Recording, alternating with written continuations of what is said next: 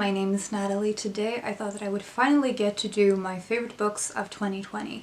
So if you've seen my favorite books of the year videos in the past, you'll know that I usually tend to create sort of categories of things to fit in these favorites in, because I find it very difficult to just rank the books that I've read in a year, especially because I don't always use star ratings for the books that I read. I tend to think of them in sort of different ways, and it's not always easy to sort of just rank them in terms of quality, but instead I use categories as a way to sort of highlight some of the reading the most meaningful reading experiences of my year. So that is sort of how I do these favorites. So they are not necessarily the best books I've read in the year, but definitely the most memorable in various ways. So let's get into the books. The first one I want to talk about is my most annotated book. It's one that I remember specifically wanting to annotate every single page. I didn't necessarily do that, but I was annotating very heavily throughout this book, and that is Wind, Sand and Stars by Antoine de Saint-Exupéry, translated by William Rees. This is the memoir of the author of The Little Prince. A lot of the things that he writes about in The Little Prince was based on his own experiences as a pilot in the 20s and 30s, so early 20th century. And so this book, I think, it's deceptively simple. A lot of the themes in the book that he explores are things that are universal and universally relatable, such as a purpose of life and how that relates to work, and sort of feeling that you have this mission or a calling for something. And camaraderie and friendship is a big theme throughout the book, especially his camaraderie with his colleagues, and things like death. The way he talks about things is so on the one hand, it's easy to read and to grasp, and on the other, it seems like a lot of the things he has to say are things that are worth thinking about for a longer period of time. And that's why I think I was annotating and stopping a lot when I was reading this, and that is the reason it took me so long to read, despite its briefness. I have written a review of this, I will link it below. It was fantastic. The next category I have is Biggest Surprise, and that is definitely A Raisin in the Sun by Lorraine Hansberry. So this is a play, and I don't really have a lot of experience with reading plays. Aside from Shakespeare, I don't think I've ever really read a play on my own, and even with Shakespeare I haven't had a great time doing it for the most part, probably in part because I've been reading them for school.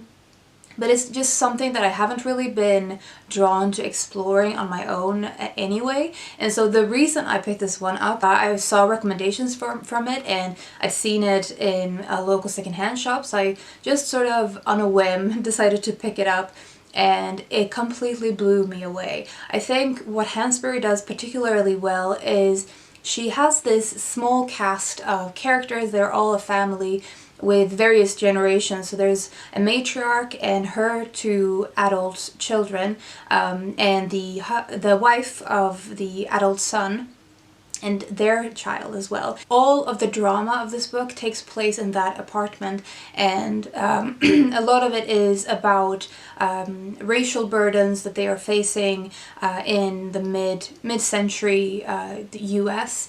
A lot of it is they're planning to potentially move to a new neighborhood, and some of the tension related to them possibly moving to this neighborhood that is predominantly white. And so there's racial commentary that is super sharp and smart. There's just something about this that completely came to life for me, and especially the generational stories of the women in the family was something that I really felt compelled and connected with. This one made me think that possibly I could actually enjoy this form if it's done well.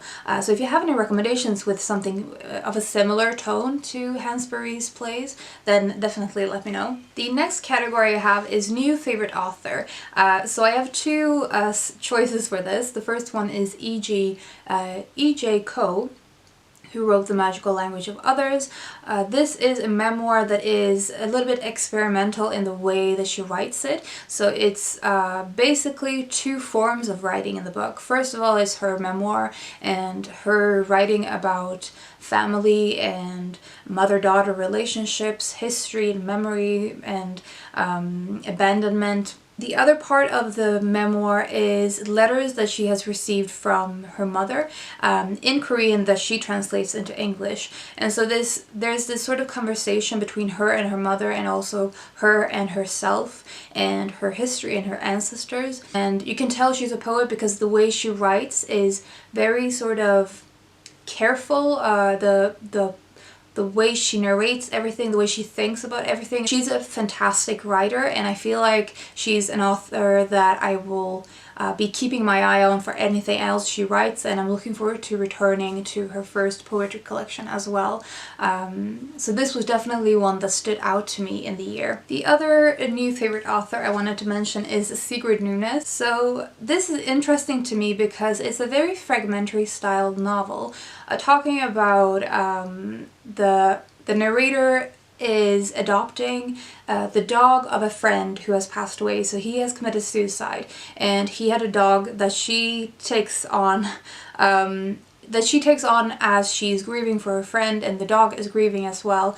So there's this the dog and the narrator's relationship is central to the book. There's also talk about literature and about the writing process, about the things that we value in storytelling in general. The fragmentary styled writing isn't something that I tend to enjoy in fiction. For some reason, I've discovered that this doesn't necessarily apply for nonfiction, but usually when I read fiction stories that are very fragmented, I tend not to like them. So it surprised me how much I connected with Nunez writing, even though it shouldn't work for me, but it does. And I think one of the reasons is that the voice of this book is, there's a perfect blend between sort of a melancholic tone and a warmth to her writing. I feel like you can tell that she's a very intelligent person through her writing, and that made me very interested in her bibliography, because I know she's published quite a few books before this one, and there's also one that came out last year that I'm really interested in. The next category I have is the book that I want to reread the most. I've mentioned this one before in relation to this, so it might not come as a surprise, but it is Patchwork, A Life Amongst Clothes by Claire Wilcox. This is what the real cover looks like. So this is an example of a fragmentary writing style that I like in a nonfiction form. It is, the way I've described it is flash nonfiction. It's sort of a collection of reminiscences, and the Patchwork title as well is very well describing what she's trying to do through this book. So it's basically her trying to create a patchwork of her life through various memories, and the memories themselves are connected to clothing pieces. The perspective that she has as a museum curator doesn't just shape the topics that she decides to ruminate on, but it shapes her very approach to things. There's a sort of meticulousness and a carefulness in everything that she does and everything she writes about and thinks about, and also a sort of a respectful attitude towards clothing and towards materials. And I think that is one of the reasons I felt so connected to her voice. A lot of the themes in this book are things that I personally connect to, such as memory connected with physical objects. That seems to have been a strong theme for me in 2020. As soon as I finished this one, I wanted to start over again, and I feel like it's one of those books that I want to spend more time with in general. So I feel like it's one that I will not just be rereading in the future, but will be rereading several times in my life. That is the feelings I have at the moment of this one, and that is why it's easily the one that I want to reread the most of the books I read in 2020. The next category I have is the most thought-provoking. Probably, again, this doesn't come as a surprise that it would eventually fit into this favorites video, and that is Entangled Life, How Fungi Make Our Worlds, Change Our Minds, and Shape Our Futures by Merlin Sheldrake. For me, one of the reasons it was so thought-provoking is how important fungi is to ecosystems in general, and how much we have been dependent on them for the health of the earth, and how much we will be dependent on them for dealing with future climate change challenges. This was a perfect overview of the research field and introducing me to various areas that I definitely want to explore further in the future, but also this topic itself continues to inspire me and to engage my brain, especially related to ecology and related to climate change. That is something that we should all really be thinking about, because it's questions that become increasingly relevant, and fungi is definitely sort of one of the keys for understanding the way our climate works at the moment, how it has been historically working, and how we will deal with the new challenges, as I said, with the help of fungi. The second to last category I have is my favorite character portrayal, and that is The Vanishing Half by Brit Bennett. This is without a doubt one of the best novels I've read this year, if not the best. It stands out to me because Brit Bennett is such a fantastic writer, and she creates characters that leap off the page. And I think one of the reasons also this stands out to me in my memory is because a lot of the time when I'm reading fiction books, it takes me a while to sort of get into the groove of things and to become accustomed to the world and to the characters and feel like they're alive to me. But this one, much like with The Mothers, I feel like I start to believe in the characters from the first page, and that is very rare for me with fiction reading. This is about two twin sisters who live in a very small community. They decide to leave the community together, and a few years later they split, and one of the sisters starts living her life passing as white and the other does not. She marries a black man and has a much darker skinned daughter. And so the rest of the novel follows the ways that the two sisters' lives pan out. The characters in this book is of course the twin sisters themselves, but also because you're following them for a longer period of time. So there's basically two timelines. One of them is when they're still together and up to the point that they split, and in that sort of time frame. The other timeline is when several years later, when they have their daughters of their own.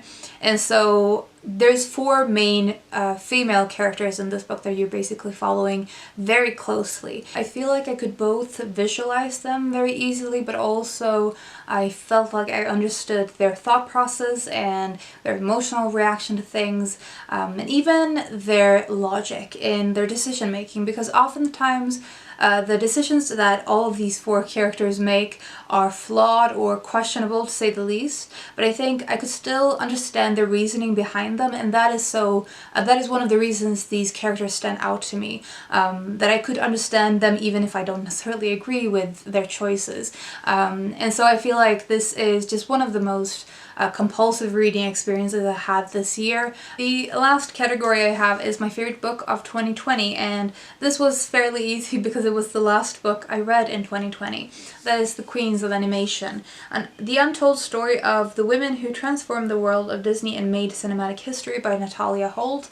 This is a combination of Disney history and women's history. There's several reasons that this is a fantastic book. One of them being, for me, that it is Disney behind the scenes, sort of talking about the production of the classic future films, and about the way that the company developed over time through technical developments and innovations. So there's a lot of the technical side of things, like the new machines being used and how that shaped the work being done in the company, and sort of the details of that process is in this book, and something that I particularly enjoyed as a Disney fan. The other aspect of this book, of course, that is the most important, and the reason that it was so fantastic, is the way Holt gives credit to the women working in the Disney company through the ages. So she talks about the various women working in all of the various departments in the Disney company. So a lot of them are animators, some of them work in the ink and paint department, some of them work in story development, so there's different styles of jobs within the company. But she basically finally gives them credit that has been long overdue, and some of the times these names are forgotten even within the Disney company, which is just so tragic. The fact that even the people working there now don't necessarily know of these women and how much they have aided and contributed to the legacy that this company has. But also the other side of this is the critique of the company and the way that it failed the women working for it. It both talks about the sexism and the racism sort of interwoven within the company as a culture, as a workplace, as a physical workplace, and even the work that they produced.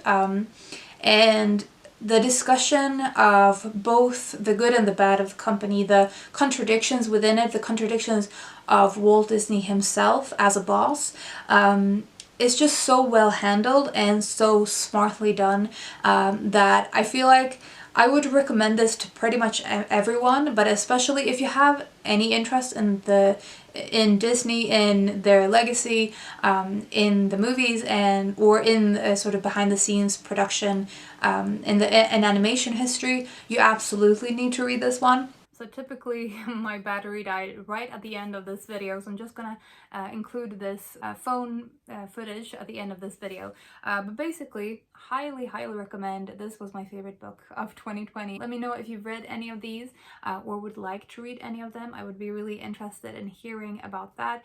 Let me know if you had any favorite books of the year or anything that stood out to you in 2020. I'm looking forward to looking ahead for 2021 and already really enjoying my reading. So that's all I wanted to say. I hope you're doing well and you're taking care of yourselves, and I will talk to you soon. Bye.